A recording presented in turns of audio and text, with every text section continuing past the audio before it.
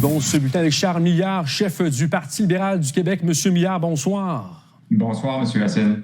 Bon, vous êtes sorti de cette rencontre plus inquiet qu'avant la rencontre, encore plus préoccupé, pour reprendre vos mots. Qu'est-ce que vous espériez entendre de la première ministre que vous n'avez pas entendu finalement?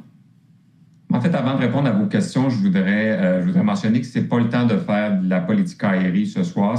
La situation est importante, l'heure est grave et je pense que les chefs politiques doivent donner le meilleur d'eux-mêmes, particulièrement à l'approche de la campagne électorale. Moi, j'offre ma collaboration à la première ministre, mais je vais la surveiller parce que la CAQ nous a habitués à de la politique spectacle dans les dernières années. Ceci étant dit, ce qui m'a déçu dans la rencontre que M. Plamondon, auquel il a fait référence, c'est que j'ai rien appris. Alors, j'aurais tout simplement pu écouter la rediffusion de la conférence de presse ce midi. Alors, je me serais attendu à ce qu'on nous mette un peu plus à contribution si on nous convoque. Alors, écoutez, oui, la rencontre a été cordiale. J'ai eu l'occasion de poser des questions sur quelles sont les perspectives à moyen terme. Parce que là, on offre des programmes de soutien à court terme qui ressemblent d'ailleurs à s'y méprendre au programme de la pandémie. Mais ce sont des programmes de prêt, donc on va augmenter la dette des entreprises. Alors, ce n'est pas une solution qui est porteuse à moyen terme. Et en toute honnêteté, dans les 8 dernières années, on n'a pas pris soin de nos PME au Québec. Alors, on a le résultat qu'on a ce soir. Bon, vous dites qu'il n'y a pas de plan suffisamment solide qui vous a été présenté. Qu'est-ce qui manquait concrètement au plan du gouvernement? Bien, toute la question des travailleurs. Alors, on offre des programmes de prêt, de liquidité aux entreprises, mais on a besoin de savoir qu'est-ce qu'on va faire avec les travailleurs. Parce que M. Hassine, si ces tarifs-là se produisent réellement, il y aura assurément des pertes d'emploi. Alors, on a besoin de savoir qu'est-ce qui se passera avec les travailleurs. Mais je pense que penser à la solution à moyen terme, c'est réfléchir à comment on peut travailler davantage en équipe au Canada. Et c'est là que le bas blesse en tout respect. Dans les 8 dernières années, on a failli à la tâche de développer des relations avec le reste du Canada et maintenant, on en paie le prix parce qu'on pourrait avoir une position de force beaucoup plus importante et c'est certainement pas, en tout respect, encore une fois, M. Plamondon qui va nous offrir ça, qui finalement propose, lui, un retour à la case départ et des lendemains qui vont déchanter encore plus. Est-ce que cette crise, M. Milliard, avec les Américains, vient de changer la question de l'urne de l'élection à venir?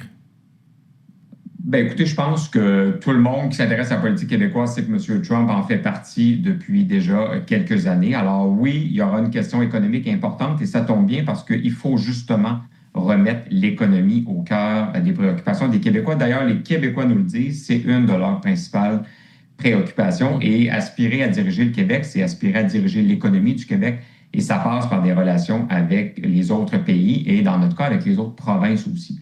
Alors, j'espère que l'économie, pour répondre à votre question, va être au cœur de la prochaine campagne. Et je partage le souhait de M. Plamondon. Je le dis que ce ne soit pas une campagne mono-sujet. On a eu un dépérissement de plusieurs services publics dans les dernières années. On doit parler de santé, d'éducation, mais évidemment, on va parler d'économie et de commerce international, je l'espère.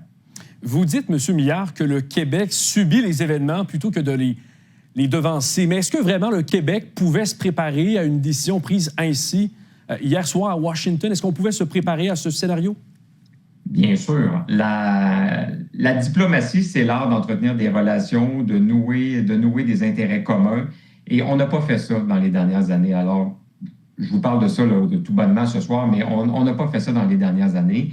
On n'est pas allé chercher des alliances dont on a besoin. Encore une fois, le Canada, c'est un pays de 41 millions de personnes. On peut développer des relations beaucoup plus importantes dans le commerce interprovincial et dans notre rapport de force avec les États-Unis. Alors là, maintenant, c'est le temps de s'unir, c'est le temps d'avoir une position de force et c'est le temps d'avoir, évidemment, des gens qui dirigent le Québec, qui ont ça à cœur et qui ont un intérêt à développer ces relations-là. On parlait plutôt avec le chef du Parti québécois de la crainte que ce soit instrumentalisé, que cette crise, on sait que cette menace économique, elle est bien réelle. Où tracez-vous la ligne entre informer les Québécois des dangers réels et exploiter politiquement leur peur?